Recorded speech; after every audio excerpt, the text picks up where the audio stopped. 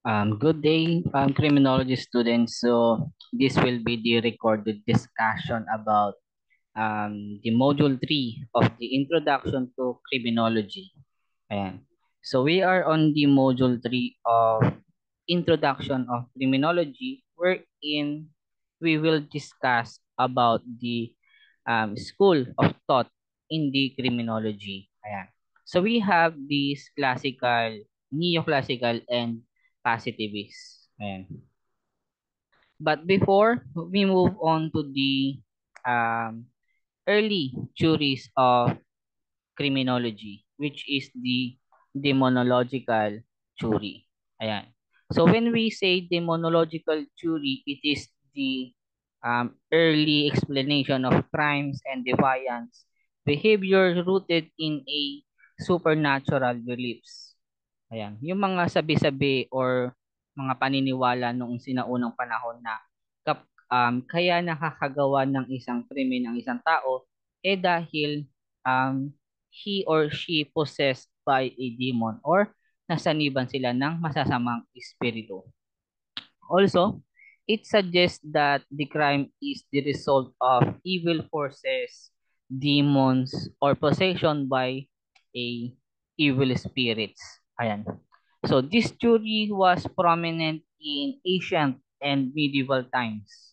Ayan. So wherein criminals acts were often seen as sins or as the result of being influenced by supernatural forces. Ayan. So one of the key features of demonological theory is the punishment. Yung mga um, parusa na ginagawa sa mga nakakommit ng krimen way in this era. So in many cases, punishment were not merely to correct behavior. So hindi ito para ituwid yung pagkakamali ng isang tao, but to expel evil forces or para matanggal daw yung kanilang sanib or yung masamang espiritu na sumanib sa kanilang katawan. So, this included practices like exorcism.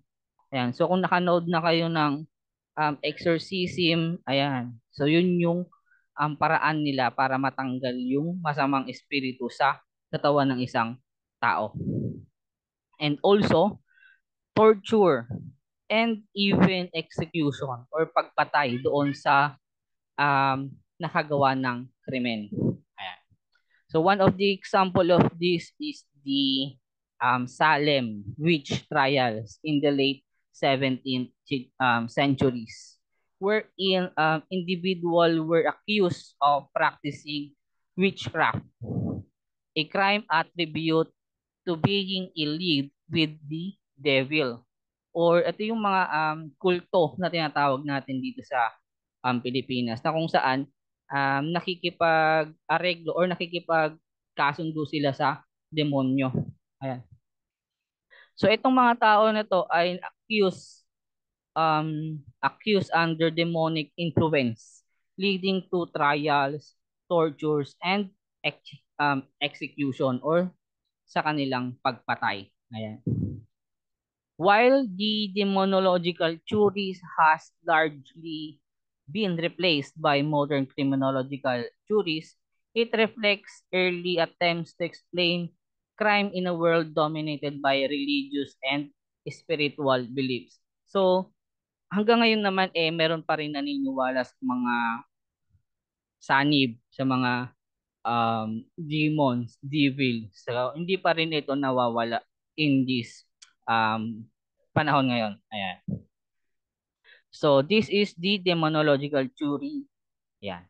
So, next, we have this classical school of thought o mas kilala bilang the Enlightenment theories. Enlightenment era pala. Ayan.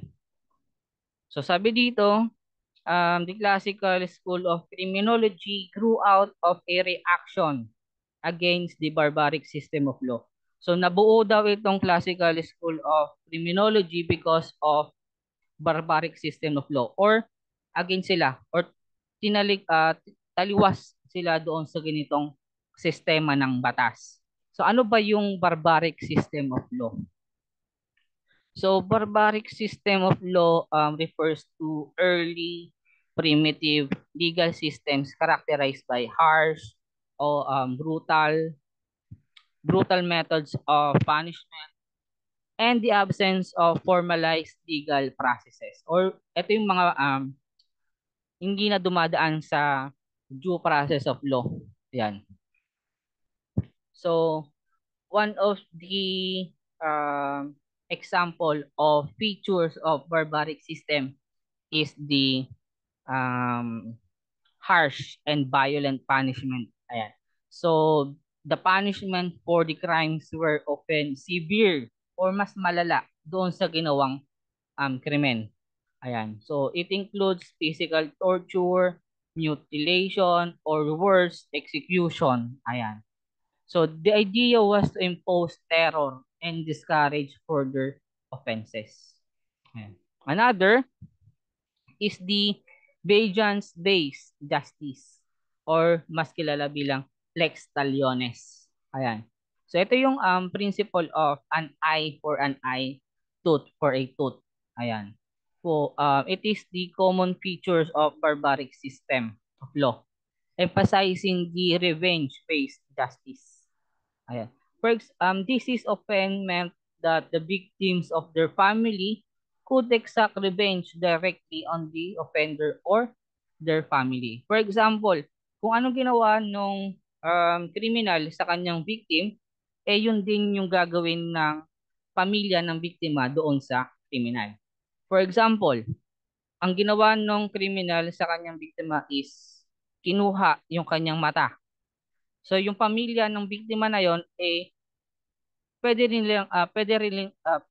nilang kunin yung mata din ng kriminal as a revenge or paghihigante. Ayan. So nangyayari ito in a legal way. So walang krimen na pwedeng makuha doon sa victim kapag ginawa nila yung ganong paraan ng um, revenge. Ayan. So after the barbaric system of law, dito na lumitaw yung punishment and justice. Ayan, in the classical school of thought. Ayan. In the time of Europe, there was no real system of criminal justice. So wala talagang sistema ng hustisya in way back that time. Ayan. Some crimes were specified, some crimes were not. Ayan. And in that era, in that time, judges had discretionary power or meron silang kakayahan na magkulong kahit na yung tao na yon ay hindi talaga nagkasala or hindi talaga kriminal. Ayan. So meron silang ganung power or kapangyarihan. So next. Classical school of thought. Ayan. So in criminology, it is one of the earliest formal approaches to understanding crime and criminal behavior. It is emerged in the 18th centuries as a response to the harsh, arbitrary, and often brutal criminal justice of that time. Ayan. So basically, the classical school is based on the philosophy that individuals have free will. Ayan. So meron na tayo ditong free will and rationality that the crime is result of individual making calculated decisions based on potential reward and punishment. Ayan.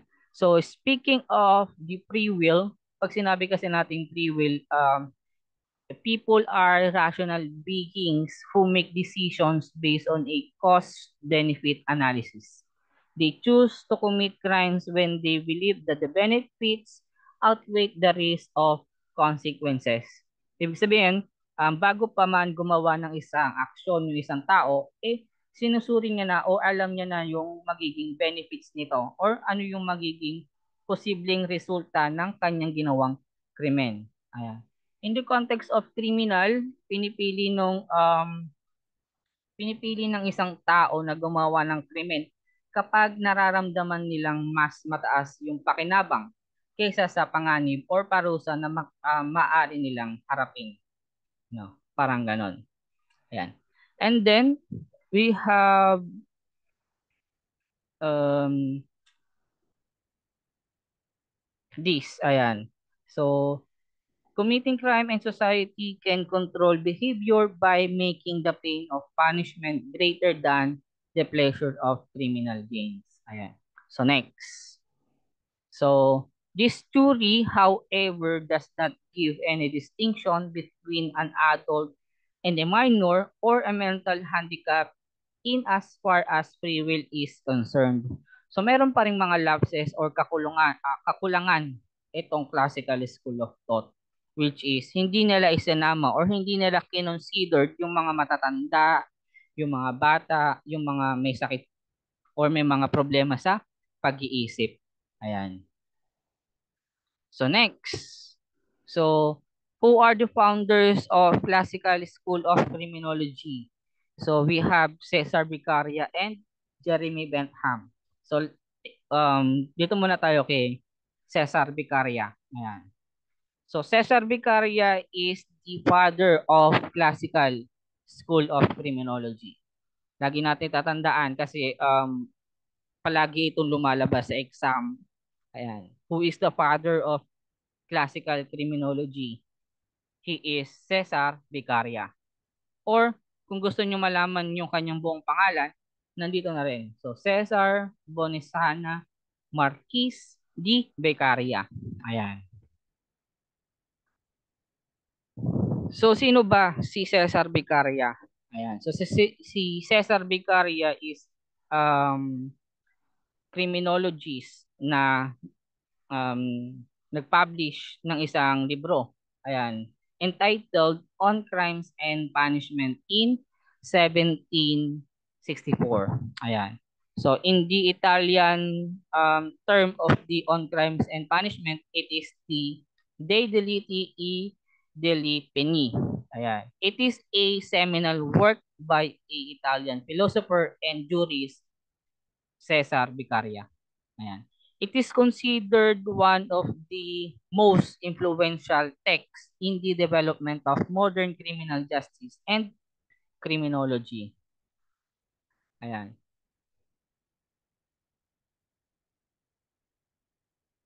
So basically, ang nilalaman ng kanyang libro is more on reforms of the modern penal. Ayan. Its greatest contribution was the foundation and laid for the subsequent changes in criminal legislation. Ayan. So, yung idea ni Cesar Vicaria is the um, foundation for reforms in the criminal justice system during the Enlightenment period and are still relevant today. Ayan. So, sabi niya or pinaniniwalaan niya na dapat daw ang kaparusahan or punishment is patas or pantay sa bigat ng kanyang ginawang krimen. And dapat itong ipatupad ng mabilis, certain, swift, tiyak upang magkaroon ng effective na deterrence of the crime. Ayan. So, one of the key points of Cesar Vicaria on his books on crimes and punishment is the against torture and capital punishment. So Cesar Vicaria is against the use of torture and the death penalty. Naniniwala kasi siya na yung torture hindi makatao and hindi epektibo na palabasin kung ano ba talaga yung totoo. Ayan.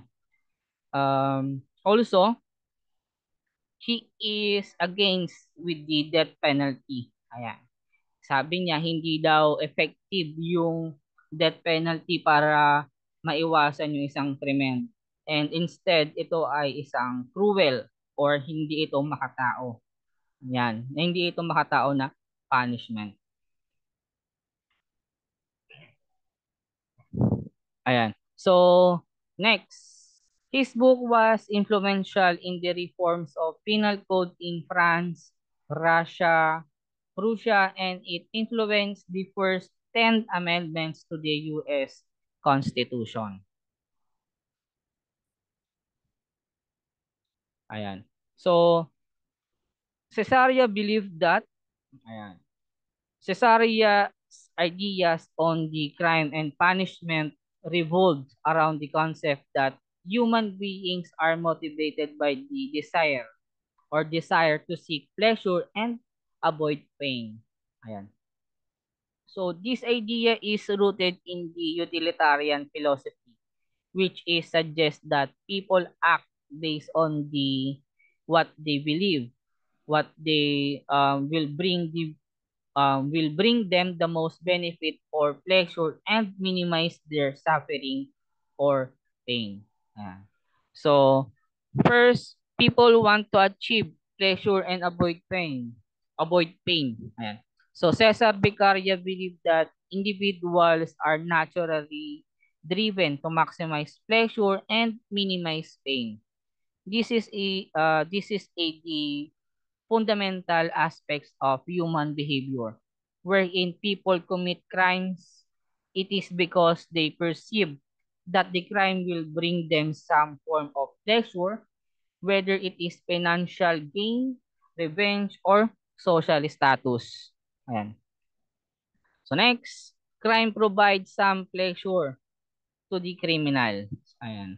So Cesar Beccaria presents some forms of benefits or rewards to the criminal even if it's immoral or illegal. Ayan. For instances or for some example, a thief is steal because they want the pleasure or benefits of having something they didn't work for.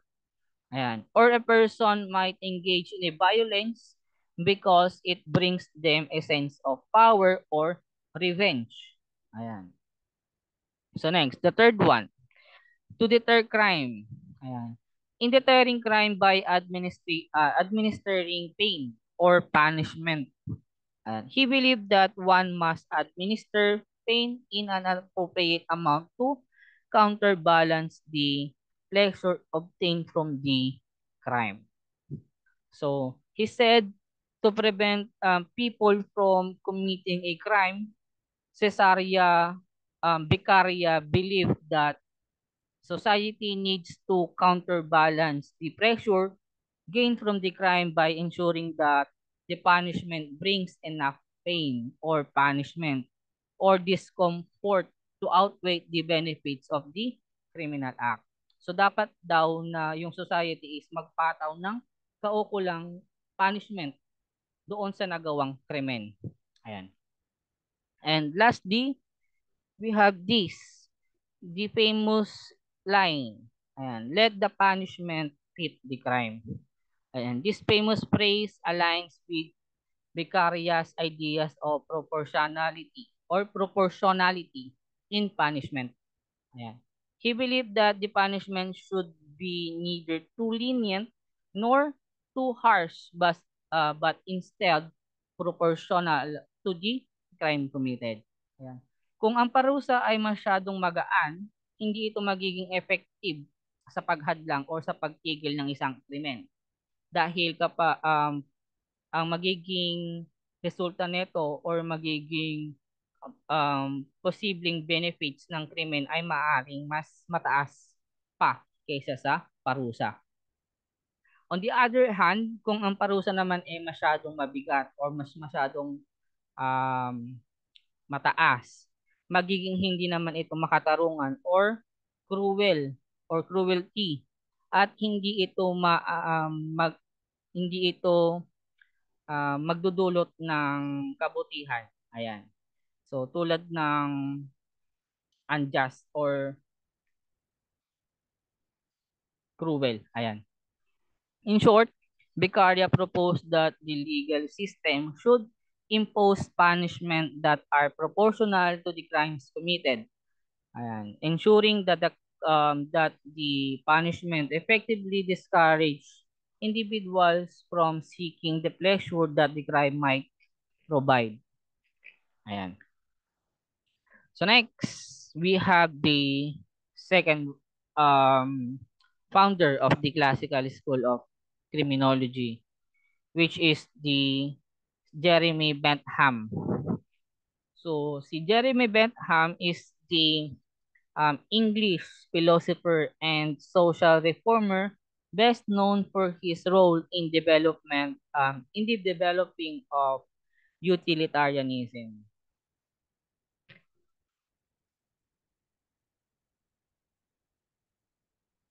Ayan. So, his contribution to the classical school of criminology is the concept of utilitarianism and philosophic calculus. Ayan.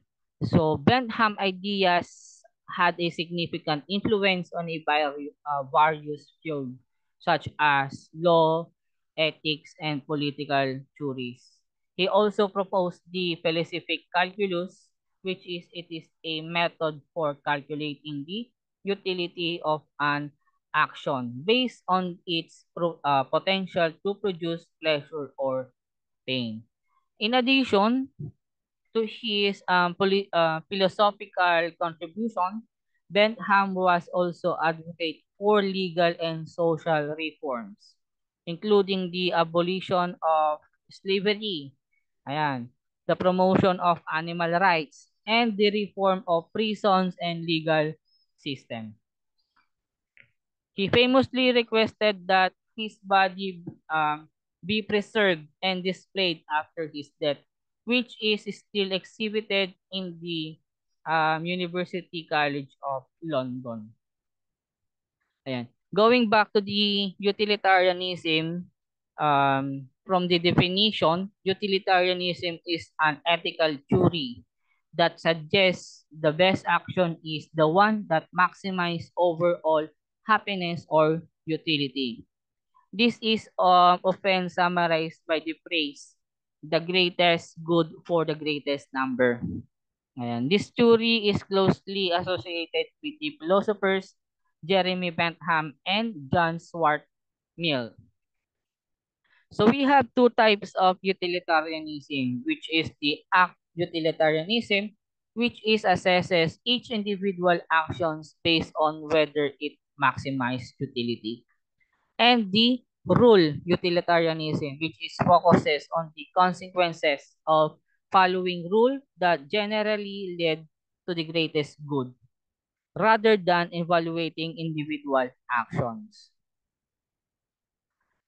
Ayan. And also, he reasoned that in order to deter individual from committing crimes, the punishment or the pain must be greater than the satisfaction or the pleasure he would gain from committing the crime utilitarianism. Ayan.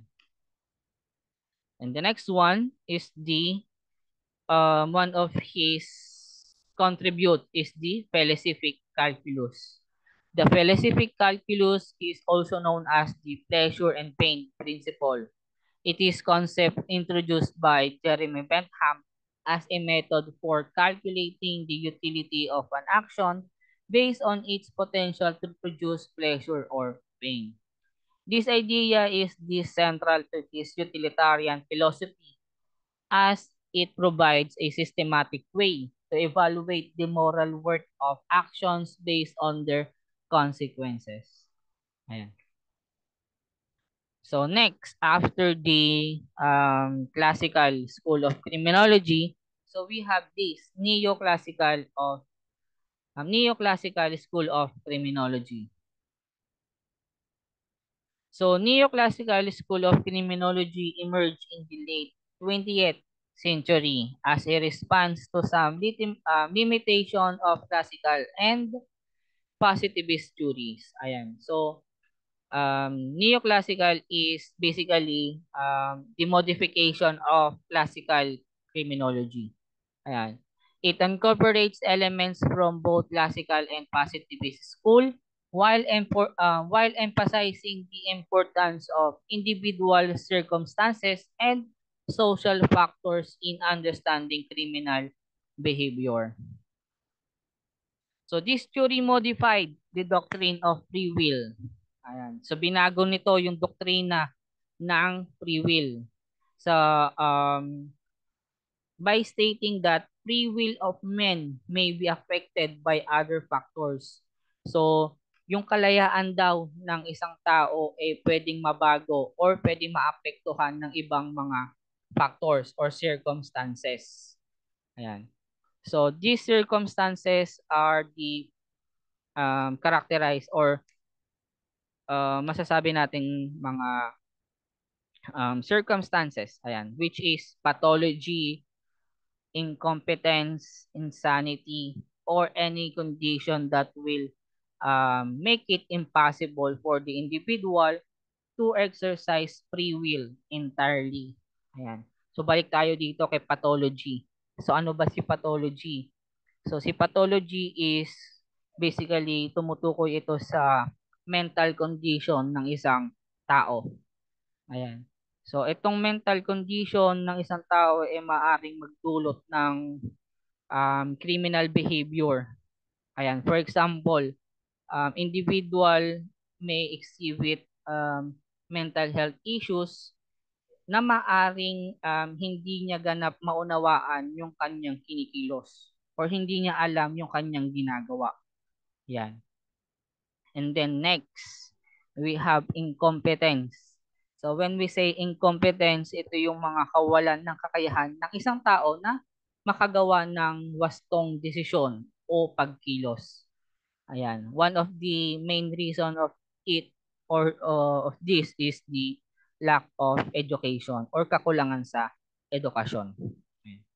And then next, we have this insanity or pagkabaliw. Ayan.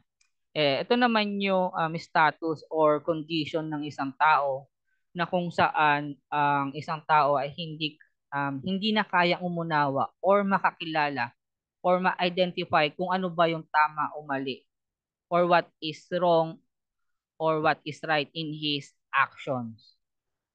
Ayan. In these cases, individual uh, insane individuals na nakakommit ng crimes or criminal action is not responsible for it actions or hindi siya responsable sa kanyang um, ginawa na crime. Ayan.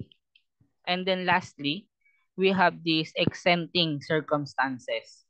Ayan. So in this study of legal provisions or sa pag-aaral ng batas, ito yung tawag natin sa mga taong nakagawa ng krimen na merong mental conditions, mga ganito. For example, kapag ang isang tao ay nakagawa ng isang krimen and then yung tao na yon merong problema sa pag-iisip, siya ay magiging or siya ay malalagay in the exempting circumstances. Ibig sabihin, hindi siya magiging criminal liable or wala siyang pananagutang kaso or hindi siya makukulong, mga ganyan. So that is the provision or modification of neoclassical school of criminology. So next, we have this positivist school of criminology.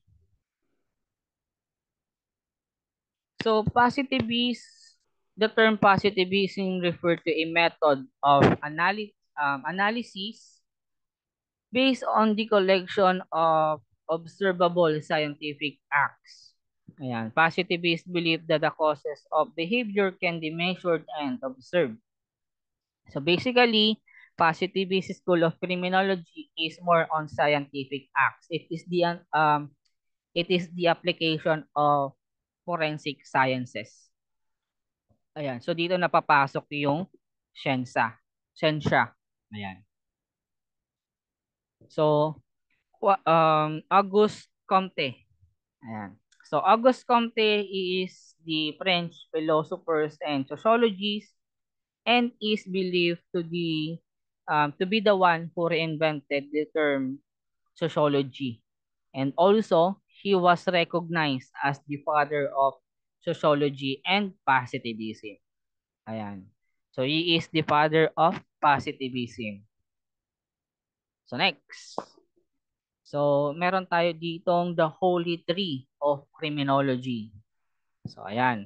So, ang Holy Tree po ng Criminology ay si Cesar Lombroso, Enrico Ferri, and Rafael Garofalo. Ayan. So, punta muna tayo kay Cesar Lombroso. So, sino ba si Cesar Lombroso? So, Cesar Lombroso was an Italian physician and criminologist who is best known for his theory of the born criminals. Ayan. Also, he recognized as the father of modern and empirical criminology due to his application of modern scientific methods to trace criminal behavior. Ayan. However, most of his ideas are now discredited. Ayan. He was one of the first to apply scientific principles to the study of crime and criminals, which marked as a significant shift in criminology from philosophical speculations to a more empirical approaches. Ayan. He is known for the concept of atavistic stigmata. Ayan, or atavism, the physical features of creatures at early stage of development. Ayan. So Lombroso proposed that the criminal are biological distinct from non-criminals. Ayan. So sabi ni Cesar Lombroso, madali lang daw matukoy yung criminal sa hindi criminals. Ayan. So suggesting that they possess physical features he called stigmata. So itong mga criminals na daw, meron daw silang mga tinataglay na physical features na tinatawag niyang stigmata. Ayan. He also believed that these stigmata were throwbacks to an early stage of human evolution, which he referred to as atavism. Also, according to Lombroso, these characteristics could be identified through physical traits such as ayan, large jaws, ayan, huge jaws, strong canine teeth, ayan, abnormalities in head shape. Ayan, the arm span of criminal is often greater than their height. Ayan. So, mahalin tulad din daw itong mga criminals na ito sa isang unggoy. Ayan. Like that of apes who use their forearms to push themselves along the ground. Ayan. So, kung maiisip nyo or ma-imagine nyo yung isang mukha ng isang unggoy, eh ganun daw yung itsura ng isang kriminal. According to Cesar Lombroso. And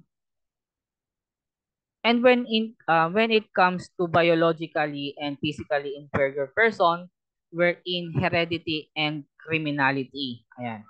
Lombroso argued that certain hereditary traits made individuals more prone to criminal behavior.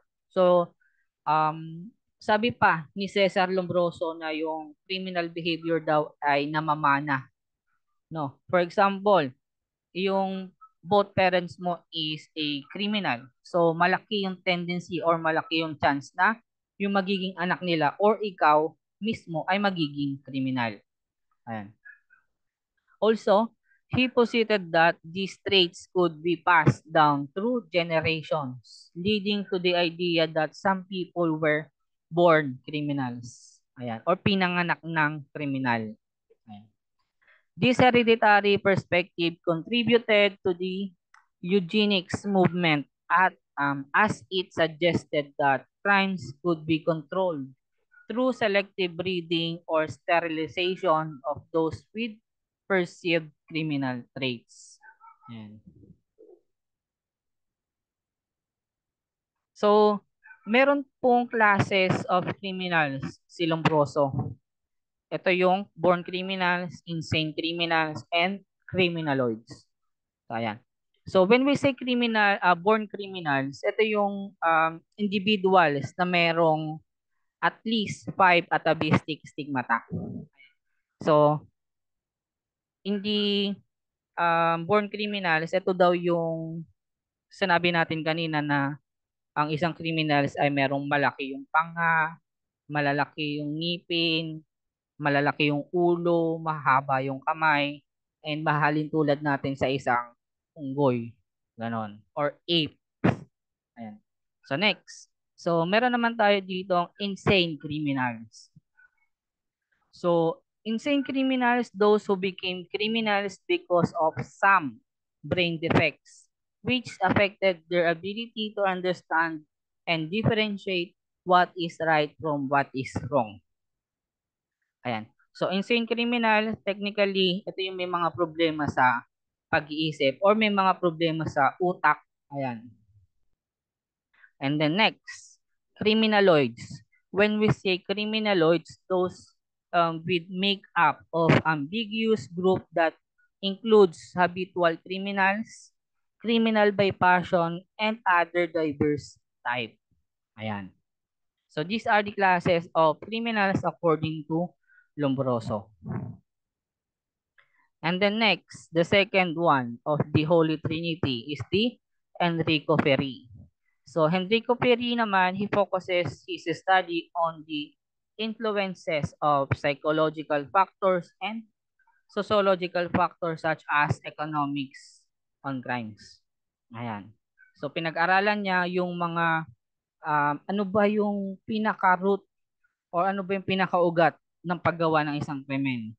And sa kanyang study, ayan, psychological factors and sociological factors, which is economics or yung kanilang estado sa buhay. Ayan. He also believed that criminals could not be held morally responsible because they did not choose to commit crimes, but rather were driven to commit crimes by conditions in their lives. So, naniniwala daw siya na ang isang criminal daw ay hindi um, nakagawa lang siya ng criminals because of their conditions in their life or sa estado nila sa buhay. Ayan. For example, poverty. Ayan. Kaya lang naman nakagawa ng krimen ang isang tao dahil sa kahirapan. Ayan. So yun yung paniniwala ni Enrico Ferri. And the last one of the Holy Trinity. Ayan. He is the Rafael Garofalo or Rafaeli Garofalo. Ayan. He treated the roots of criminals' behavior not to physical features but to their psychology equivalent, which he referred to as moral anomalies. Ayan. Also, he rejected the doctrine of free will. Ayan. So,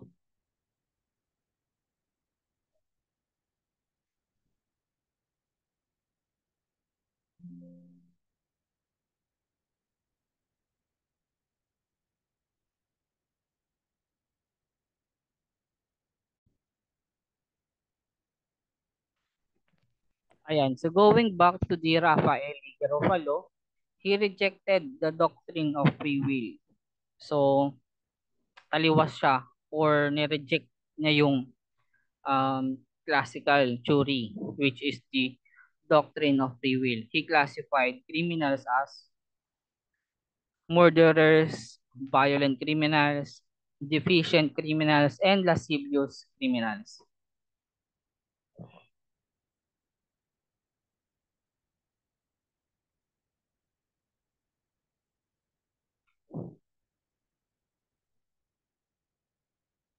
Ayan. So, different approaches under positivist criminology. So, we have biological determinism. So, when we say biological determinism, ayan, this explained for the existence of criminal traits, associates an individual's evil disposition to physical disfigurement or impairment. The idea that physical disfigurement or impairment is associated with an individual's evil disposition can be traced back to various theories throughout histories. It is including the Lombroso's work. Ayan. This perspective falls into a broader philosophical and psychological discourse on the relationship between physical appearance and moral character. Ayan. So, first person in the um, positivist criminology is the Giambattista della Porta. Ayan. So, Giambattista della Porta, he is a Italian physician who founded the School of Human Physiognomy. Ayan. So, the study of facial features and their relation to human behavior. Ayan. So, ano ba yung human physiognomy or physiognomy itself? So, physiognomy, it is the belief that one's physical appearance can reflect moral or psychological traits is known as physiognomy. Ancient philosophers like Aristotle suggested that certain physical features could indicate a person's character. This idea gained traction during the Renaissance and influenced various fields, including art, literature, and early psychology. Ayan. So, basically, it is Giambattista della Porta is he studied the judging a person's character from facial features to determine whether the shape of the ears, nose, and eyes and the distance between them were associated with antisocial behavior. So, yung facial features daw ng isang tao pwedeng um, may kaugnayan yung facial features ng isang tao sa kanyang behavior or sa kanyang antisocial behavior. Ayan. So next, we have Johann Caspar Lavater. Ayan. So according naman kay Johann Caspar Lavater, yung totoong ugali daw ng isang tao mababasa from their facial features naman. Ayan.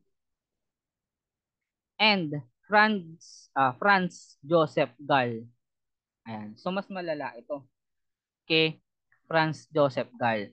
Born in Germany, renowned neuroanatomist and physiologist and a pioneer in the study of localization of mental function of the brain. Also, Franz Joseph Gall developed cranioscopy. So cranioscopy is this a method to study the personality and development of mental and moral faculties base doon sa shape ng kanyang bungo or the external shape of the skull.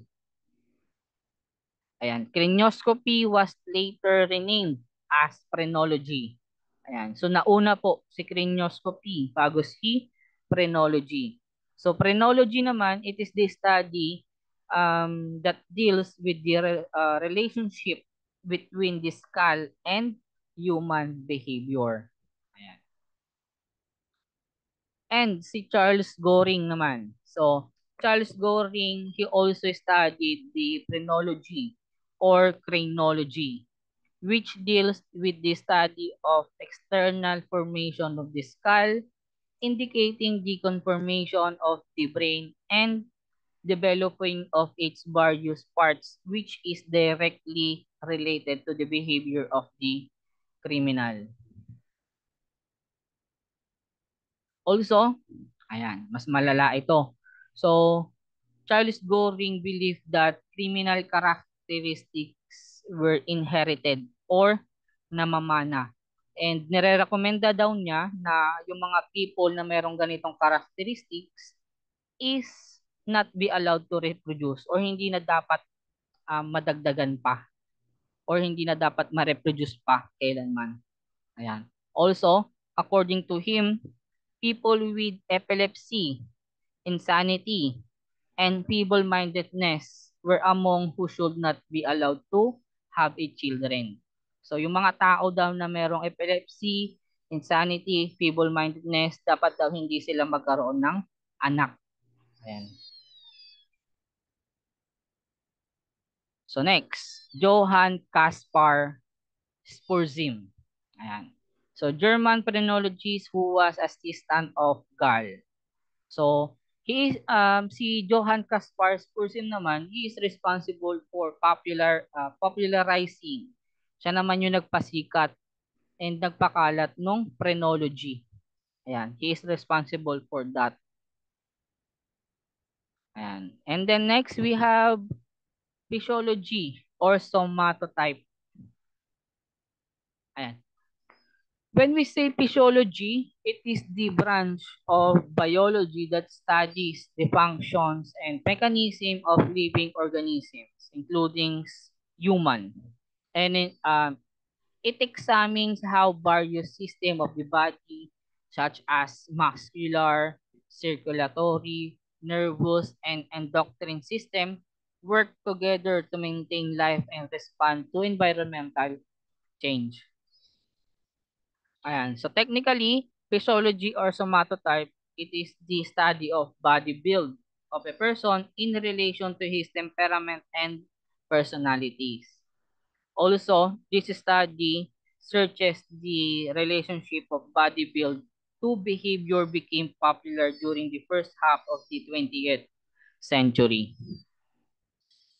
So meron tayong dalawang personality in this somatotype. Ayan. So unang-una si Ernst Kretschmer. Ayan.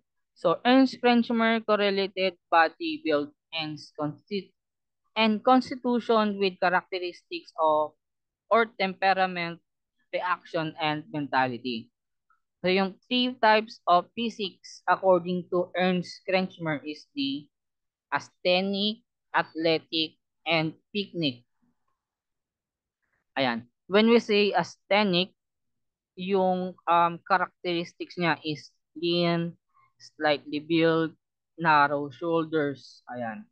So their crimes are petty, thievery, pagnanakaw, and fraud or pangloloko. Ayan. And the next.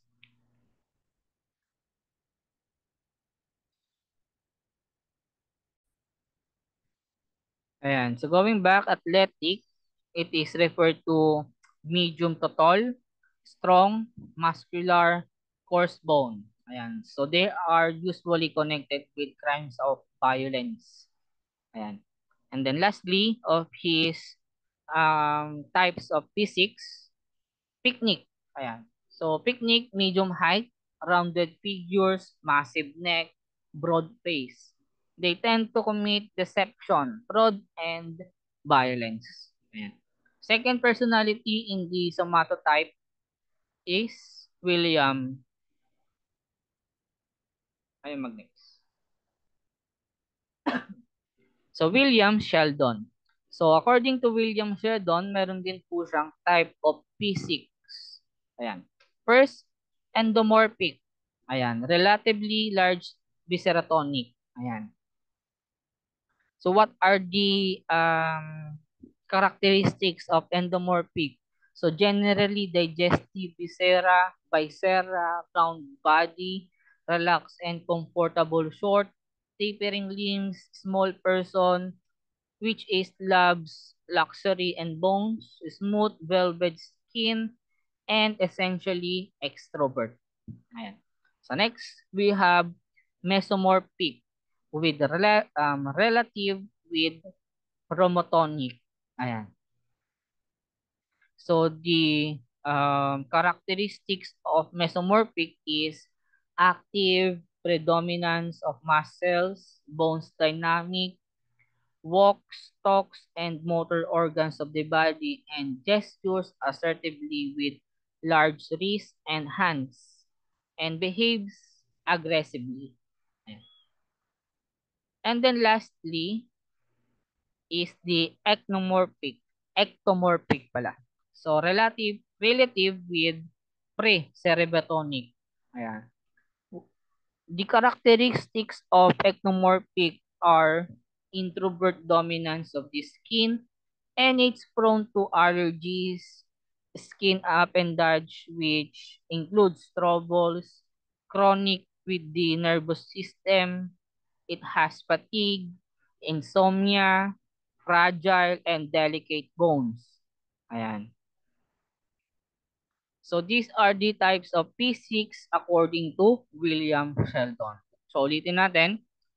According to William Sheldon, it is endomorphic, mesomorphic, and ectomorphic.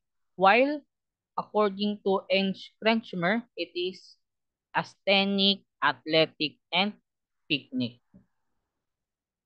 Ayan. So next, hereditary as a factor in criminality. Ayan. So this is the last topic of Module 3. So punta muna tayo dito kay Richard Dugdale. Ayan. So he studied the lives of members of Jukes family. Ayan. So kung naririnig nyo na itong pamilya na ito, Jukes family, he is the Ada Jukes.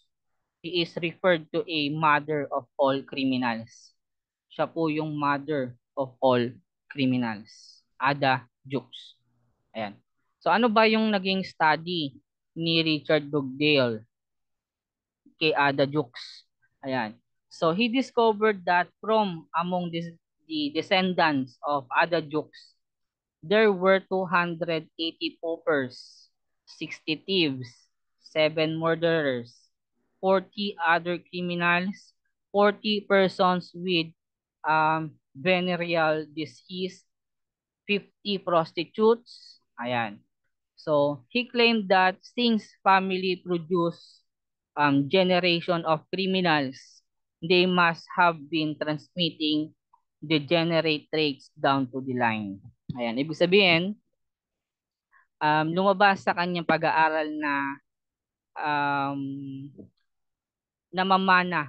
Parang pinaka ninuno ng mga criminal is si Ada Jukes. Kasi lahat ng kanyang mga naging anak, apo sa tuhod, apo sa talampakan, naging kriminal.